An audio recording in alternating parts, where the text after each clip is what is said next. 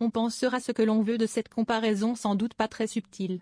Mais ce serait mal connaître Philippe Caverivière, dont les chroniques, truffées de saillies assassines, de persiflage et de jeux de mots, font la joie des auditeurs.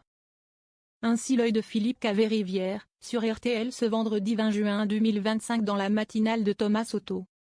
Après avoir passé en revue l'actualité, celle d'un rebondissement possible dans la sinistre affaire Grégory, notamment, le Saint-Simon du Pape s'est penché sur l'incident survenu entre Rachida Dati et Patrick Cohen sur le plateau de C'est à vous. La grosse actu, ce sont les images, terribles, de bombardements, vous avez vu.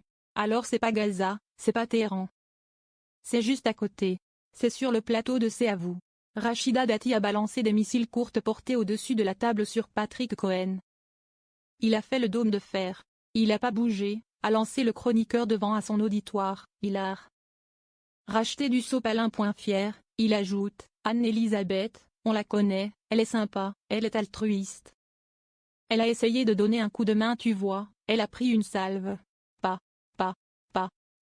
Pour Jean-Philippe Tanguy et le RN, qui déteste Cohen, c'est comme si Pornhub et YouPorn venaient de rouvrir.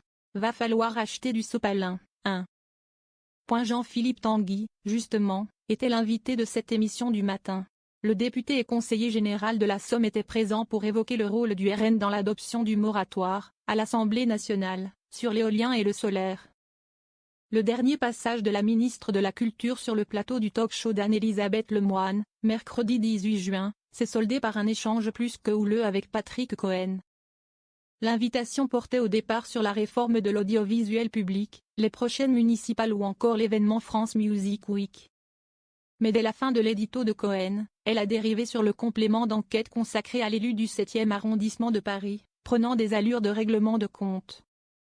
Quelques heures après cet échange, le groupe audiovisuel a publié sur X un communiqué.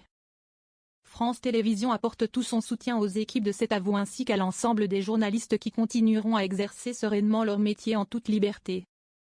Les mises en cause personnelles à l'encontre des journalistes ne sont pas acceptables, était-il écrit.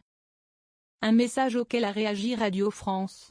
Mener des interviews contradictoires fait pleinement partie du métier de journaliste en démocratie et ne saurait justifier en aucun cas des attaques personnelles, a-t-on pu lire sur X.